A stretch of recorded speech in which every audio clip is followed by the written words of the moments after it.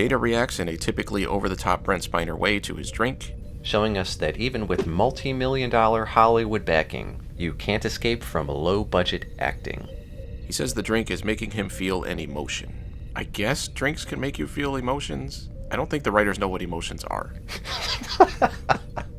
Picard walks in to talk to Soren, who says he needs to go back to the observatory immediately.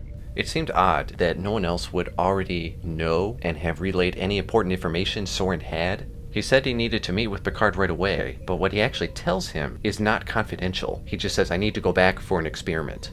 But Picard aggressively says they won't go back until they complete their investigation, and he tries to leave. But Soren pulls him back and gives him a cool Blade Runner-y line. They say time is the fire in which we burn.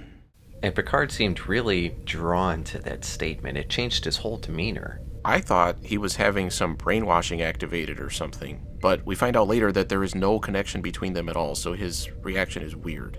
Picard leaves, and when Soren notices Guinan, she seems to detect something from him. Worf says they've determined that the Romulans were looking for trilithium, and both he and Riker sound like this is a completely unheard of compound, even though there was that whole episode where Picard die-harded through the ship because terrorists took it over to extract the ship's trilithium. And they say that trilithium is a nuclear inhibitor that could potentially stop all fusion in a star. While Geordi and Data are scanning the observatory for trilithium, Data starts laughing like an idiot, saying he just figured out a joke that Geordi told 7 years ago. And Geordi picks up a secret door with his magic visor. He can't figure out how to open the door, so Data uses his magic robot body to reverse the door's magnetic seal. They find some probes with weird configurations, and Data can't stop laughing. And Geordi must have forgotten about the line from earlier where he said he would remove the chip if Data started acting weird. And this is the point where Data's face gets all stretchy and weird, which I've seen on the internet, and I thought people did that. I didn't realize that was actually from the movie. Like, his face literally deforms. It's just that his emotions are so strong that his face is, like, melting. That doesn't usually happen to me, but I mean, I guess people do say I'm like a robot, so I don't know. I can't stop laughing.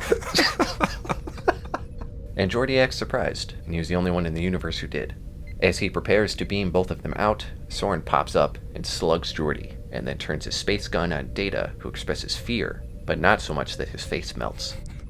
It's good to be back. Yeah, I feel like this one's going well. There would be thousands of people who would say, that would be your first. Yeah, they're called our subscribers.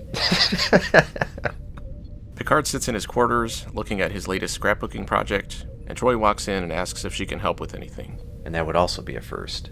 Picard shows her his family photos and talks about his brother Robert and nephew Rene, who we saw back in Family. But it turns out that they died in a fire. Picard's huge attachment to his family was a little out of character, which Troy even points out. I thought it was particularly strange that he's so affectionate in regards to Rene when he famously hates children. He says up to this point he didn't feel responsible for carrying on his family line, but now that everyone is gone, he's the last one. Suddenly, the star nearby flares up, so they go to the bridge, where Riker says a quantum implosion has occurred in the star, whatever that means. And a probe was fired from the station. They say the sun will collapse in minutes, and the shockwave will destroy the system. At that exact moment, they're radioed that the whereabouts of Geordi and Data are unknown, which is very convenient. On the observatory, Soren is examining Geordi's visor when someone calls over the computer to ask for his coordinates, but then Riker and Worf come in and a shootout ensues. A Klingon ship appears in a very expensive-looking shot and beams Soren and Geordi off of the station. And finally, Picard decides to do something instead of just sitting there, and dramatically directs them to move away from the star wave. They not only could have done that sooner, but also put a tractor beam or something on the Klingon ship.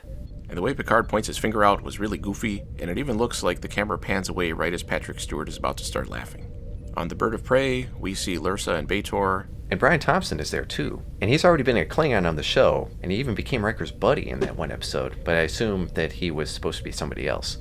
Soren space punches B'Etor in the face, saying she got careless because the Romulans showed up at the station. He says they were looking for the trilithium that was stolen by the Klingons, but now he has it, so they have to listen to him. And it turns out that the Duras sisters just want to conquer more space, which was kind of lame. I was hoping they would have a more detailed plan. Kinda lame describes a lot of things about this movie. Not to mention this review. Beverly, for some reason, is the one who tells Riker that Soren is an alien of the same race as Guinan, whose planet was destroyed by the Borg, and that Guinan was also on the ship that he escaped on. All of that information would have been great to know earlier. And I'm not saying Beverly herself has to go through everyone's file. That's what she has the staff for. But why didn't the staff bring it to anyone's attention? Why did they wait until a star is exploding next to them and Geordi's been kidnapped and the trilithium is about to whatever? Picard talks to Guinan, who says that Soren wants to get back to a place called the Nexus, which can be accessed via the energy ribbon. That hit the Enterprise B all those years ago. So Picard dramatically changes seats to ask what the Nexus is. Guinan says the Nexus made her feel more content than she had ever been, and that if Picard goes there, he will stop caring about anything else and not want to come back. And I knew what she was talking about, because I played the dig. Okay, I'll take your word for it. You should play the game is what you should do.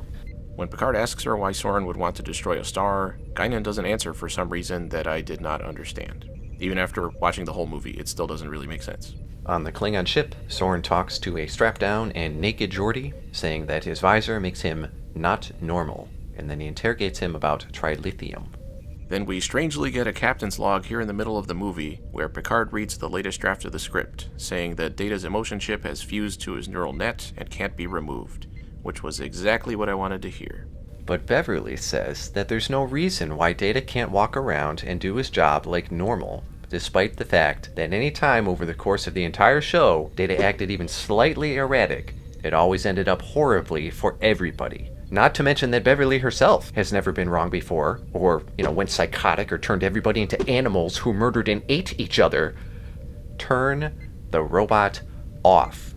In the Cerebro room, which must have been installed between Season 7 and this movie, Data tells Picard that he has somehow learned the path of the energy ribbon and that it will conveniently pass by in 42 hours. Because it is time-based and just keeps zipping on the same path and has a 39-year loop. So Picard tries to link the energy ribbon to the star that Soren destroyed. And when Data acts weird, Picard asks what's wrong. Data says he believes he is experiencing regret over having failed to save Geordi due to being afraid. At this point, Data directly tells Picard that he cannot control himself and demands that he be deactivated. But Picard yells that he will not keep himself and the crew safe from the ultra-strong malfunctioning robot, and that Data will sit the hell down and keep doing things that Picard could probably just tell the computer to do. And Picard says that courage can be an emotion too, which I don't think is technically true, or true in any sense. Picard notes that Frasier and his ship the Bozeman had to make a course correction due to the star collapsing and affecting the gravity.